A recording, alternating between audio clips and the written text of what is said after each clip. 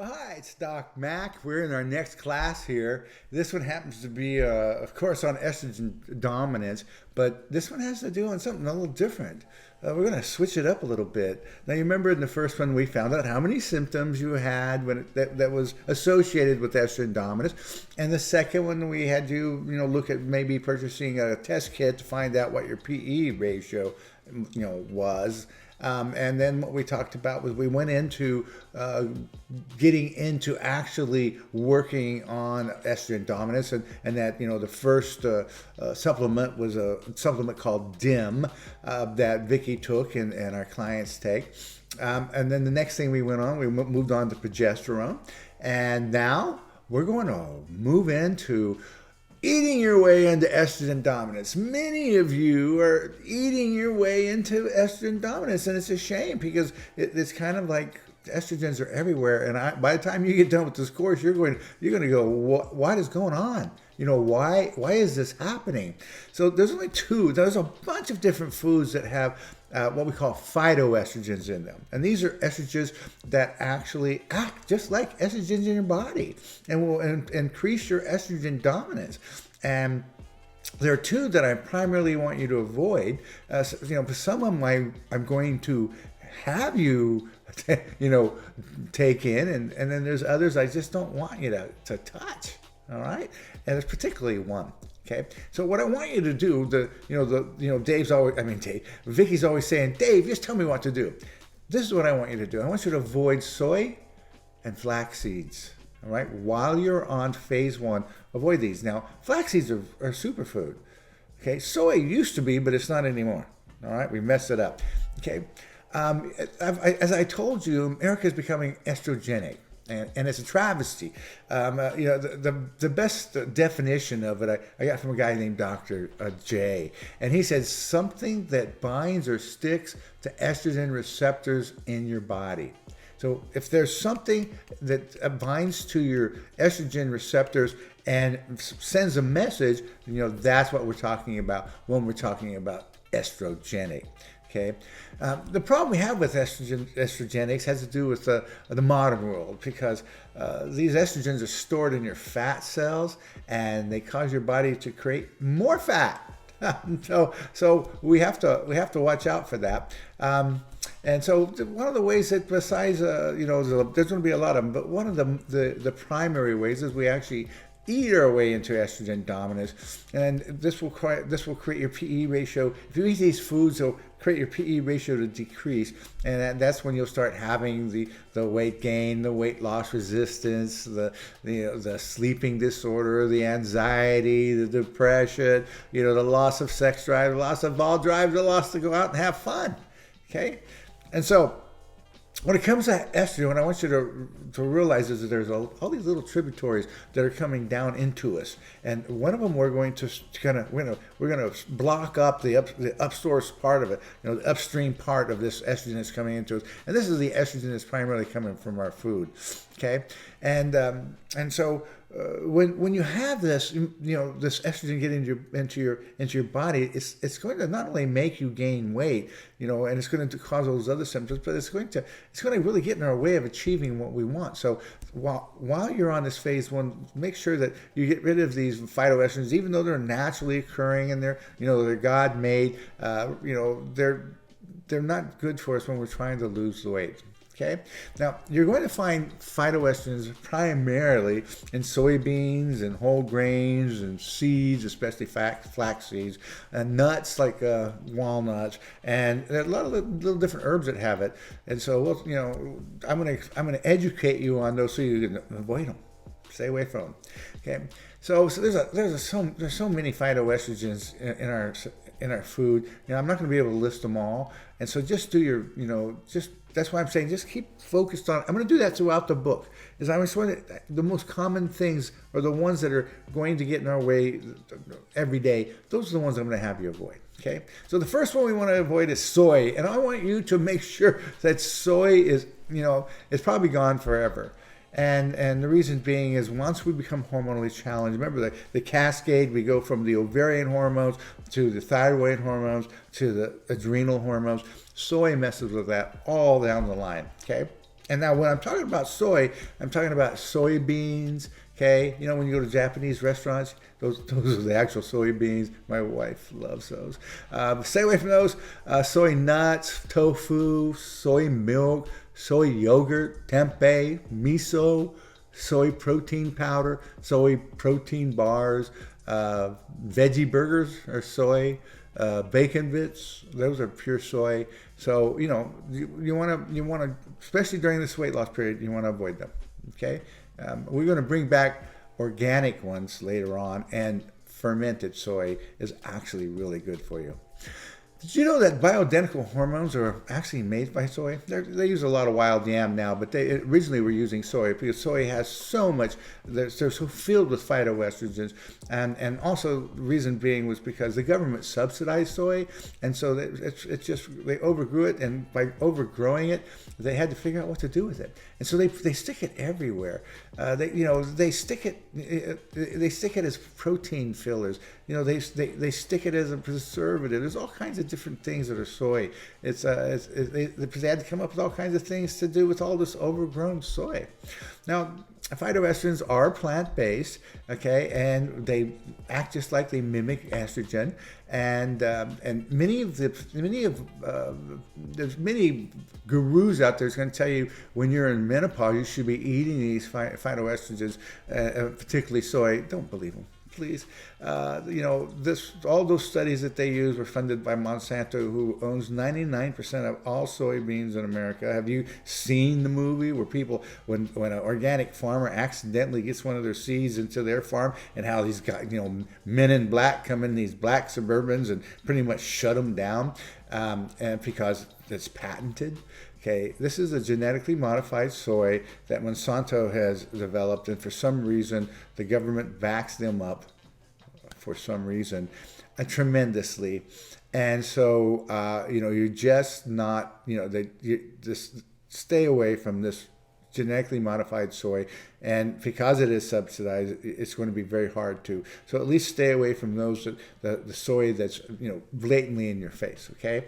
And because as we've already known, we already know what estrogen dominance causes. But when you start putting soy and you start raising those estrogen levels higher than they should be, that's what causes much of the breast cancer, the endometriosis, the uterine fibroids, the infertility, and low libido are all caused by these estrogen levels that are becoming so dominant. Okay, did you know that an infant that consumes soy formula is actually consuming hormones that are 4 times that of a birth control? So that means they're taking 4 birth control pills a day when they're consuming soy milk. And so, we're all wondering why this precocious puberty is reaching epidemic proportions in the United States. We're all seeing it younger and younger. In phase 2, that's where we're going to work on optimizing your thyroid hormones. You'll learn that soy is also goitrogenic, which makes goiters, and that's going to affect your thyroid function. It does this by blocking the iodine, very important component of the thyroid hormone, because it's made of a tyrosine, which is an amino acid with 4 iodines around it, and if these iodines can't make thyroid, you're going to have a lot of problems with that. We'll talk about that in phase 2. Now, soy is a legume, all right, and they're really high in the phytates, and phytates are enzyme inhibitors that block the absorption of your minerals, and phytates are very high in legumes, and soy is one of them. And as you'll probably notice that legumes aren't allowed on many programs, like paleo, completely not allowed on paleo. Legumes are one of those that have the anti-nutrients in it. You'll learn a lot more about those in phase 2. Okay, in component 2. There is a trick to eating legumes, and you have to soak them, and you have to make sure that you do them right. Now, I think beans. I come from the Yucatan. My genes come from the Yucatan Peninsula. I've been from the jungles. I remember as a kid, riding horses and picking mangoes off the trees, and watching men make adobe, and just piles of artifacts from the Mayans.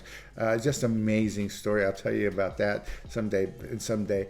But I believe that legumes are actually okay for you. It's just not during this weight loss period, because they could be very inflammatory, as we all know, when we get digestive upsets when we eat beans. But there's not all beans are, when it comes to these phytoestrogens, are the same. Okay, for it would take you 10,000 cups of black beans to match the phytoestrogens of 1 cup of soybeans. So you see there's a big difference there. All right? And so we're going to bring back legumes later on in phase 3. We'll talk a lot more about that when you get there. Now, if you went and Googled what's the best ones, I'm going to tell you. The best ones are miso, tempeh, natto, and tamari, because they're fermented. And if you look, the Japanese and Chinese only consume about 2 teaspoons of soil a day, and most of that is fermented. So I'm always hearing people saying, well, if it's so bad, why aren't the Asians having such a hard time with it? Well, they don't really consume that much. Okay, and they know that the good soy is actually the fermented soy. Okay, so I've already mentioned about soy. It's everywhere. It has a lot to do with it's being subsidized. You might remember that there's a very, very large fast food franchise that got in trouble a few years ago for not having any meat in their meat. They actually had soy. They were selling you soy instead of meat. That came out and went away. Of course, that's the way it works. Okay, the other one is flax seeds. Now, flax seeds, I think, is kind of a superfood, but flax seeds are really super high. I'm talking about here's soy. Okay, flax seeds are way up here. Everything else is down here. Okay, and so flax seeds are just going to be a void here, but we're going to bring them back very quickly once you start getting to your happy weight. Now, there's the reason why is there's 2 different types of what we call phytoestrogens in them. In flax, the estrogens are from lignans, okay, and in soy, they're from isoflavones. Okay? And the lignans actually, anti-nutrient is much less bad for your gut bacteria. They actually help out gut bacteria. Those are those super important bugs, break down the lignans and lessen the estrogenic effects. Okay, so I'm gonna read out some of the foods that are high in estrogen and what their estrogen unit is. So flax seeds, all right, has 163,133 units of estrogen. Yeah, it was 163,000. So you see how I want you to be careful there. Soybeans has 45,724 units of estrogen in them. Soy nuts has 21,000. Tofu has 8,000. Soy milk has 7,000. Soy yogurt is 6,000. Tempeh is 6,000. So you can see that almost all of them on top are related to soy in one way or another. For example, flax bread has 3,000, miso paste has 2,000, and multigrain bread has 2,000, miso soup has 1,600, soy protein powder has 1,500 units, donuts, another reason why you shouldn't have donuts, okay, has 1,500, soy protein bar has 1,500 units, black bean sauce has 1,100, hummus has 600, a veggie burger has 484, and soy bacon bits has 482 units. Okay, so you can see that they're nearly impossible to avoid, all these, just the soy, okay?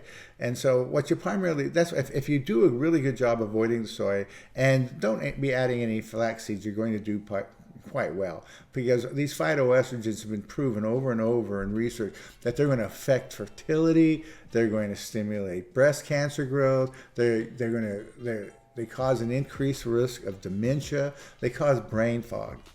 So in my experience, I have found that avoiding them will help you with the weight loss, big time. And I've also found that you occasionally eat them and not cause too much problem. As long as you stay away from soy, you're going to be pretty good.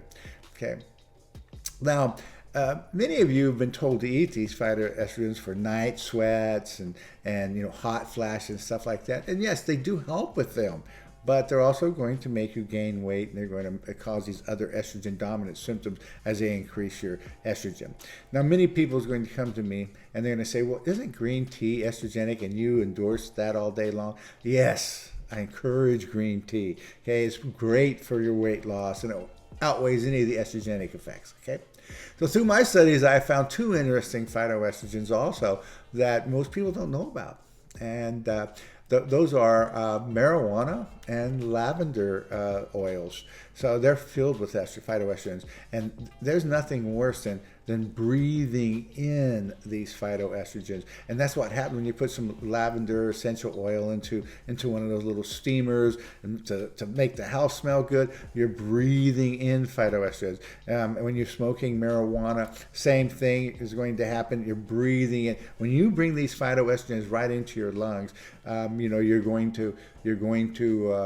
going to go right into your bloodstream immediately. Not a good thing. I remember being a kid that people used to make fun about, marijuana smokers, and particularly in men, that they would create man boobs. Well, now we know that's true. It's actually true. And so those are interesting. And just, the last thing you want to do is you want to breathe in these phytoestrogens. So for this step, what I want you to do is I want you to avoid flax seeds. All right? And I want you to avoid soy. And I want you to make a good habit of reading labels. And anything that has soy in it, don't buy it, okay? It's a genetically modified food. It's very estrogenic. And so if you practice regularly to optimize your health and life, that will become automatic when it comes to a habit. All right? So make that a good habit of yours. So let's go for it. We're going to get rid of, we're going to tame this estrogen dominance, and step by step by step. So that's your next step. Avoid soy and flax seeds, and I'll see you at the next class. God bless you. Bye-bye.